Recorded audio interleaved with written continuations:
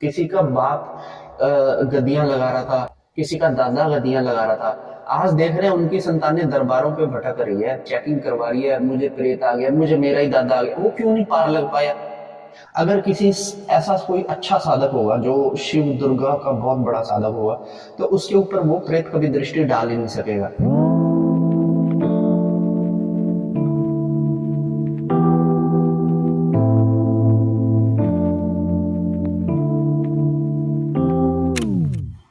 हर हर महादेव। आज मैं आप लोगों को बताने वाला हूँ 3 तरह की दृष्टि के बारे में। 3 तरह की दृष्टि। सबसे पहली दृष्टि होता है जो किसी इंसान की दृष्टि बोलते हैं, जिसको हमारी आपकी, ठीक है। दूसरी तरह की दृष्टि किसी प्रेत की दृष्टि, और तीसरी दृष्टि किसी हाई लेवल की अप्सरा या फिर पिशाचनी, इस तरह की किसी एंटिटी की दृष्टि के बारे में आज मैं आप लोगों को बताता हूँ, ठीक है। एक साधक के लिए ये जानना क्यों जरूरी है? क्योंकि साधक के जीवन में एक दृष्टि को पाना बहुत ज्यादा इंपॉर्टेंट चीज है। और साधक को जब दृष्टि का अनुभव होने लगते हैं तो उसको पता होना चाहिए कि कितनी तरह की दृष्टियां होती हैं, उनके क्या क्या रोल हो सकते हैं। तो जल्दी से मैं शुरुआत करता हूँ। सबसे पहले नंबर की दृष्टि, जिसके बारे में अक्सर आप लोगों को भी पता है, वो है हमारी खुद की दृष्टि, ठीक है। हम अपने कुंडलिनी चक्र जागृत करते हैं, हमारी कॉन्शियस जाग जाती है, हमारी दृष्टि जो है वो ओपन हो जाती है। उसके बाद हम लोग क्या करते हैं कि दृष्टि के बाद कुछ चीजें हम अनुभव करना शुरू कर देते हैं, देखना शुरू कर देते हैं। लेकिन हमारी दृष्टि का सबसे बड़ा प्रॉब्लम ये है कि अगर हम कुछ दिनों के लिए भी अपने पूजा पाठ जब तक साधना को बंद कर दें, तो हमें फिर से देखने में समय लगना शुरू हो जाता है। ऐसा नहीं है कि दिखता नहीं है, लेकिन समय लगना शुरू हो जाता है। तो हर वक्त हमको यहाँ पे प्रेशर डाल के रखना पड़ता है, तो हमारी दृष्टि चलती रहेगी, ठीक है। साधना के जरिए, तपस्या, मंत्र जाप के जरिए हम हमेशा देखते रहेंगे। और अगर उसमें थोड़ा गैप पड़ जाता है ना, तो देखने में एक बार आपको टाइम लगेगा, 5 मिनट लग सकते हैं, 10 मिनट लग सकते हैं, उसके बाद में कुछ आना शुरू होएगा। तो कहने का मतलब है कि ये हमारी दृष्टि है। इसकी प्रबलता हमारी साधनाओं पर, तपस्याओं पर डिपेंड करती है। जितनी अच्छी साधना, जितनी अच्छी तपस्या, उतनी अच्छी दृष्टि, ठीक है। ये तो होगी पहली दृष्टि इंसान की। इसके बारे में मैं पिछले वीडियोस में मैं बहुत बात कर चुका हूँ। आज मैं स्पेशली बात करने आया हूँ अगली, दूसरी और तीसरी, मतलब प्रेत की दृष्टि या फिर किसी हायर एंड अप्सरा या फिर किसी पिशाचनी की दृष्टि के बारे में। अब दूसरी तरह की दृष्टि होती है प्रेत की दृष्टि। प्रेत की दृष्टि जो होती है, सबसे पहले तो ये किसी प्रेत को सिद्ध कर देते हैं। तांत्रिक लोग किसी भी प्रेत को सिद्ध कर देते हैं और वो प्रेत हमको पूछा देता है लाके, वो हमें दिखाता है। इसके भी 2 तरह के प्रकार होते हैं। जैसे कुछ लोग तो प्रेत को सिद्ध कर कर लेकर आते हैं, ठीक है, और कुछ लोगों के शरीर में पहले से ही वो प्रेत बाधा में है। तो जो गुरु होता है, जो हायर एंड जो गुरु है, हायर एंड वाले, छोटे मोटे नहीं, वो या तो बाहर से कोई प्रेत पकड़ कर लाए और उसको अपने दरबार चलाने में काम में लेकर आए, या फिर आपके ही अंदर जो प्रेत बाधा है उसी प्रेत को सिद्ध कर दे आपके अंदर। तो कई बार नेगेटिविटी रखने वाले इंसान को भी दृष्टि आनी शुरू हो जाती है, तो वो उसकी खुद की नहीं होती, वो होती है प्रेत की दृष्टि। लेकिन प्रेत की दृष्टि के क्राइटेरिया समझ लो आप।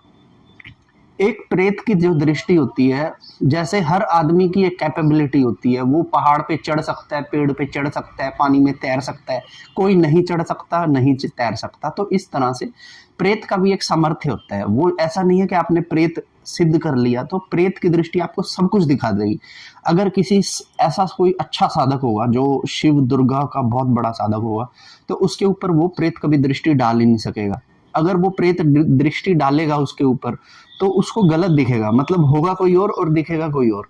तो इस तरह से प्रेत ही उलझ जाएगा। तो प्रेत कोई नहीं दिखेगा तो वो आपको क्या दिखाएगा, ठीक है। पहली दृष्टि, पहला जो पॉइंट है प्रेत दृष्टि का, वो तो ये है। दूसरी चीज, प्रेत दृष्टि मंदिर के अंदर जाके कभी नजर नहीं मार पाती मैक्सिमम जगहों पर, ठीक है।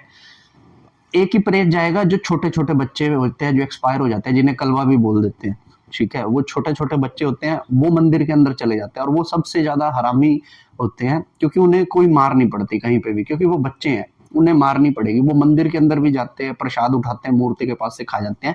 लेकिन एक नॉर्मल प्रेत मंदिर के अंदर नहीं घुस पाता, उसको वहीं पे बाहर के दूत उसको रोक देते हैं और उसको मार लगा देते हैं।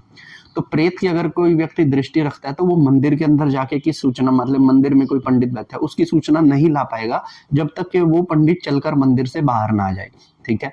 कुछ लोग अपने घरों के बाहर जिस तरह से अच्छा छिड़काव करते हैं, पानी छिड़काव करते हैं, देवता के कुल देवी का पूजन करते हैं, या फिर अपने दरवाजे के बाहर कोई कुल देवी का दीपक या फिर पितरों का अगर कोई दिया जला देता है, तो जो व्यक्ति प्रेत की दृष्टि रखता है वह उस घर के अंदर घुस के नहीं देख पाएगा कि उस घर के अंदर एक्चुअल में हो क्या रहा है। ये है प्रेत की दृष्टि, बता रहा हूं मैं आपको।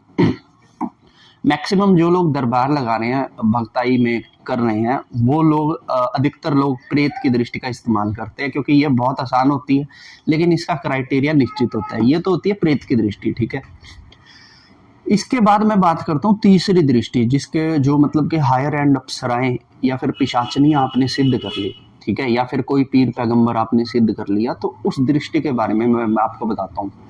पहली चीज तो ये होती है कि इनको सिद्ध करना थोड़ा सा मतलब डिफिकल्ट होता है। एक नॉर्मल सिद्धि से इनकी सिद्धि थोड़ी डिफिकल्ट होती है, क्योंकि ये भोग भोग का सिस्टम इनका चलता है। लेकिन अगर ये सिद्ध हो जाए तो ये क्या देख सकती है, अब मैं वो बताता हूँ आपको। ये जो दृष्टियां होती है ना, अप्सराओं वाली दृष्टि, ये जो दृष्टि होती है पिशाचनियों वाली दृष्टि, ये आपके जन्मों के सफर को जाकर आपको बता सकती हैं, दिखा सकती हैं, ठीक है।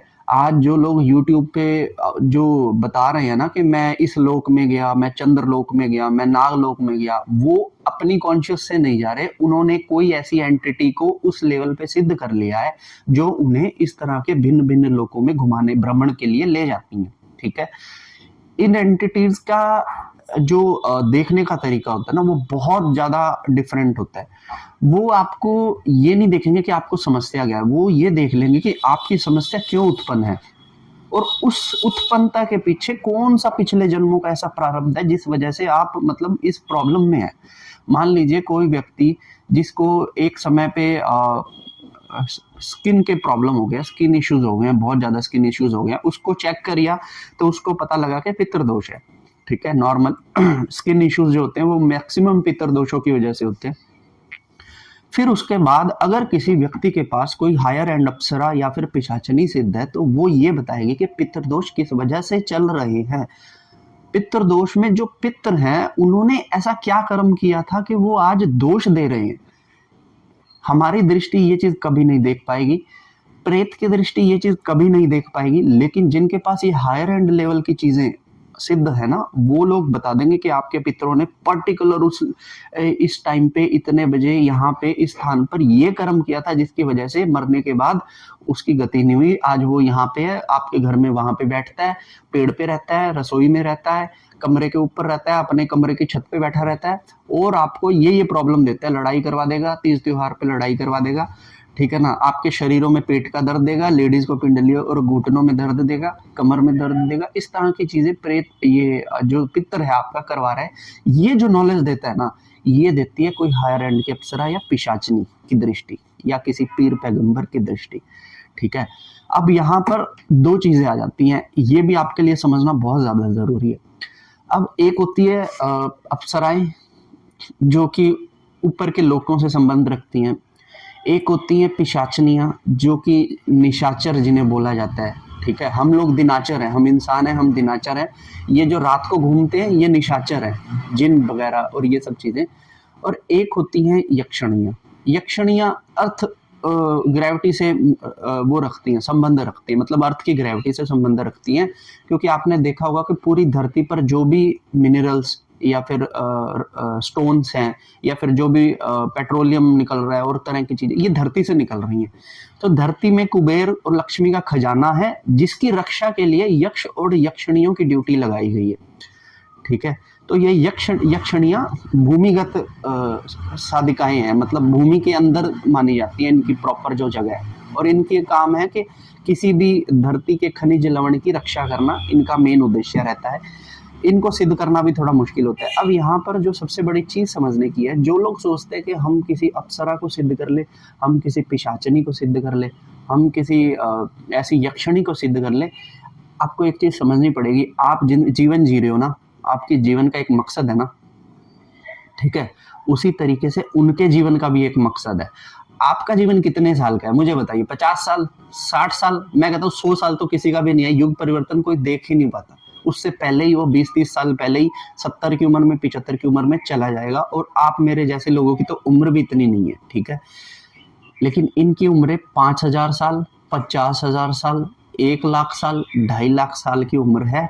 अगर आप किसी भी अप्सरा यक्षिणी की दृष्टि का इस्तेमाल करते हो तो आप बाध्य हो जाते हो कि मृत्यु के बाद आप जन्मों की यात्रा पे नहीं जाओगे, आप इन्हीं अप्सराओं के पीछे जाकर खड़े हो जाओगे।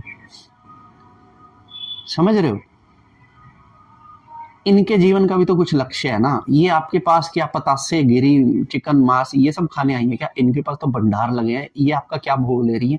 ये तो सिर्फ एक सेटिंग कर लेते हैं किसी व्यक्ति के साथ, और बाद में जो लोग इस तरह की सिद्धियां करते हैं ना, उनके परिवारों को बाद में बहुत समस्याएं आती हैं। बाप गद्दियां लगा रहा था, किसी का दादा गद्दियां लगा रहा था, आज देख रहे हैं उनकी संतानें दरबारों पे भटक रही है, चेकिंग करवा रही है, मुझे प्रेत आ गया, मुझे मेरा ही दादा आ गया। वो क्यों नहीं पार लग पाया? क्योंकि उसने देवीय शक्ति को छोड़ के किसी अप्सरा को, किसी यक्षिणी को, इनकी सिद्धियों पे जोर दिया पूरी उम्र में। और जब आप ये सब सिद्ध कर लेते हो तो इनके सिम्टम्स आपको आएंगे ही आएंगे।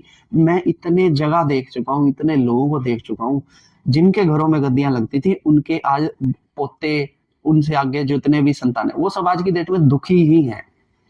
कोई एक हो गया जिसने अपना दरबार लगा लिया, किसी का दादा लगा रहा था उसने भी लगा लिया, लेकिन आगे फिर उसकी संतान अगर उस चीज को फॉलो नहीं करेगी तो वो भी तड़पेंगे ही तड़पेंगे। वो दरबारों में धक्के खाएंगे, उनको हाजिरियां आएंगे, उनके शरीरों में दर्द रहेंगे, उनके परिवार, काम धंधे सब हमेशा खिंडे रहेंगे।